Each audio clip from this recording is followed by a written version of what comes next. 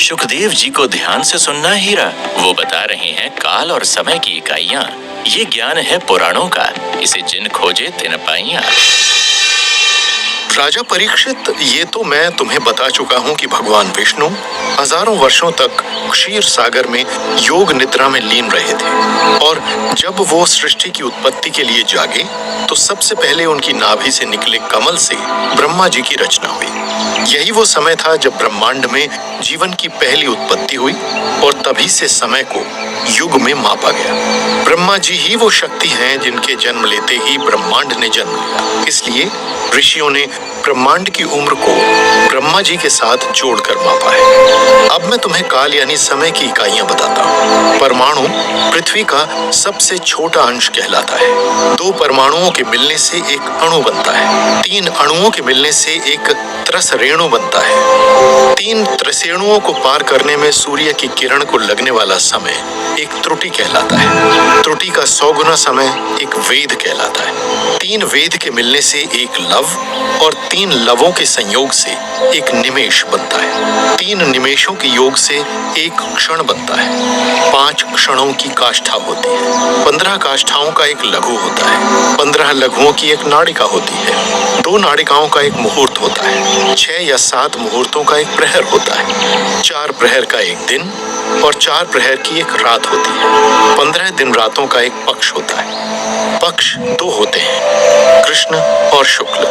2 पक्षों का एक महीना होता है। 2 महीने की ऋतु है। 3 ऋतुओं का एक अयन होता है। अयन 2 होते हैं, दक्षिणायन और उत्तरायण। इन 2 अयनों का एक वर्ष होता है। ऐसे 100 वर्षों की मनुष्य की आयु होती है। हे भगवान, समय की इतनी छोटी इकाई भी होती है। मुझे तो लगता था 1 सेकंड ही सबसे छोटी इकाई होती है। ये तो अभी शुरुआत है हीरा। अभी तुमने छोटी इकाइयाँ सुनी हैं, आगे सुनोगी तो हैरान रह जाओगी कि हमारे वैदिक ऋषियों ने समय को कितनी बड़ी से बड़ी इकाई में भी नापा हुआ है। जैसे हम धरती द्वारा की जाने वाली सूरज की परिक्रमा के आधार पर 24 घंटे का एक दिन मानते हैं और उसे दिन, रात, घंटे, मिनट, सेकंड में मापते हैं, इसी तरह से हमारे वैदिक ऋषि मुनियों ने इस पूरे ब्रह्मांड के जन्म के समय को ब्रह्मा जी के दिन, रात, कल्प, मनवंतर और युग में मापा है। आगे सुनो सुखदेव जी क्या बता रहे हैं। राजन, ब्रह्मा जी की उम्र 100 वर्ष है, मगर ये वर्ष हम मनुष्यों के वर्ष के जितना नहीं होता। सृष्टि के पैदा होने से लेकर विलीन होने तक का समय ब्रह्मा जी का एक दिन होता है। ब्रह्मा जी का एक दिन एक कल्प कहलाता है। हर कल्प के बाद प्रलय आती है, यानी धरती पर जीवन विलीन हो जाता है। उसके बाद ब्रह्मा जी की रात्रि शुरू होती है, तब कोई जीवन नहीं रहता। उसके बाद उनका नया दिन शुरू होता है, यानी नए कल्प के साथ वापस सृष्टि में जीवन की शुरुआत होती है। एक कल्प 14 मनवंतर को मिलाकर बनता है। प्रत्येक मनवंतर एक विशेष मनु द्वारा बनाया गया होता है, जिन्हें ब्रह्मा जी द्वारा पैदा किया जाता है। मनु सृष्टि में सभी तरह के जीवों की प्रजातियां पैदा करते हैं, जिनका जीवन मनु की आयु के बराबर होता है। एक मनु की अवधि समाप्त होने के बाद दूसरे मनु का जीवन शुरू होता है और वो भी जीवों की नए सिरे से सृष्टि करता है। इस तरह नए मनु के साथ नया मनवंतर शुरू हो जाता है। ये जीवों की अलग अलग प्रजातियों के पनपने और मिटने का विकास क्रम है। इस पूरी विकास प्रक्रिया में जरूरत के अनुसार भगवान विष्णु समय समय पर अवतार लेकर सृष्टि के विकास को सहारा देते हैं। इस तरह ब्रह्मा जी के एक दिन यानी एक कल्प में 14 मनवंतर आकर समाप्त होते हैं। मुनिवर, मनवंतर में युगों की क्या स्थिति रहती है? एक मनवंतर में 31 चतुर्युग होते हैं और एक चतुर्युग में 4 युग होते हैं, जो हैं सतयुग, त्रेता युग, द्वापर युग और कलयुग।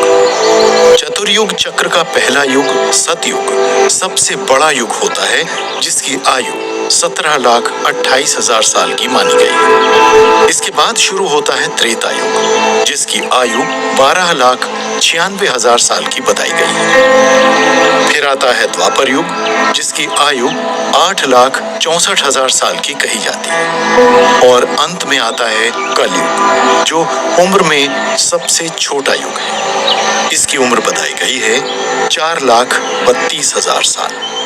अगर चारों युगों की आयु का अनुपात देखा जाए तो सतयुग कलयुग से 4 गुना बड़ा और द्वापर से 2 गुना बड़ा है। अगर पूरे चतुर्युग की उम्र देखी जाए तो ये लगभग 43,20,000 साल है।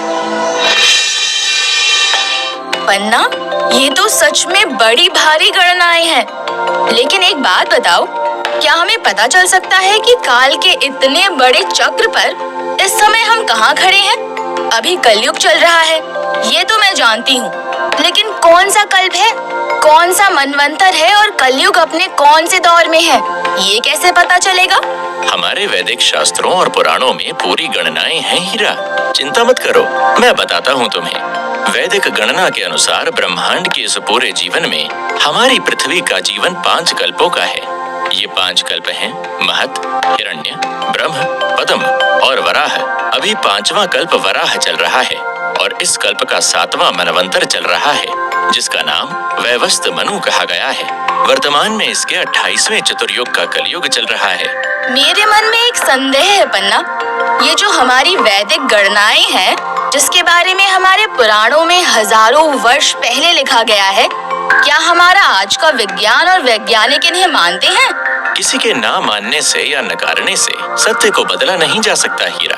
लोग तो भगवान के अस्तित्व पर भी सवाल उठाते हैं। इसका मतलब ये तो नहीं कि वो नहीं है।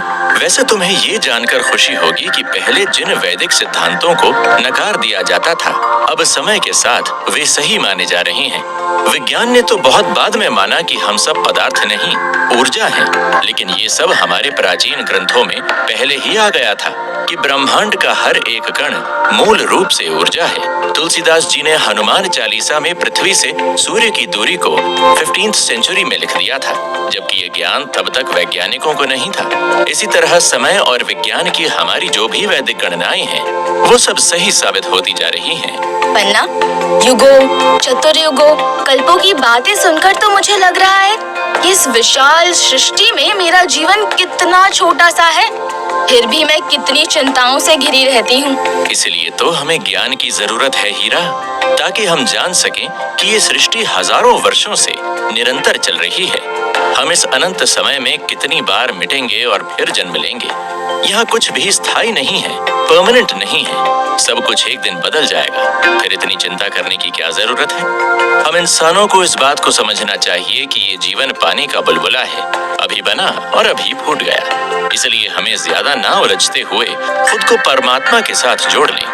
फिर जितना भी समय यहाँ पर है, भक्ति करते हुए आनंद से रहें। इसलिए तो हमारे पूर्वज वेदों, शास्त्रों और पुराणों में हमारे लिए इतना ज्ञान समेट कर गए हैं, ताकि हम छोटी छोटी बातों में उलझकर जीवन का असली उद्देश्य और आनंद न खो दें। और यही ज्ञान हमें मिलता है श्रीमद् भागवत पुराण को सुनने से।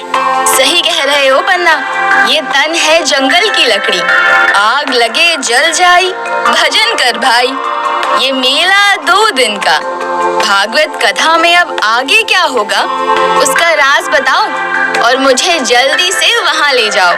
तो चलो फिर वहाँ, जहाँ शुकदेव जी कर रहे हैं ब्रह्मा जी से हुए सृष्टि के विस्तार का बखान, और जान लो वो सब कुछ जिससे तुम अब तक थी अनजान। तो चलो फिर। श्रीमन नारायण नारायण हरि हरि।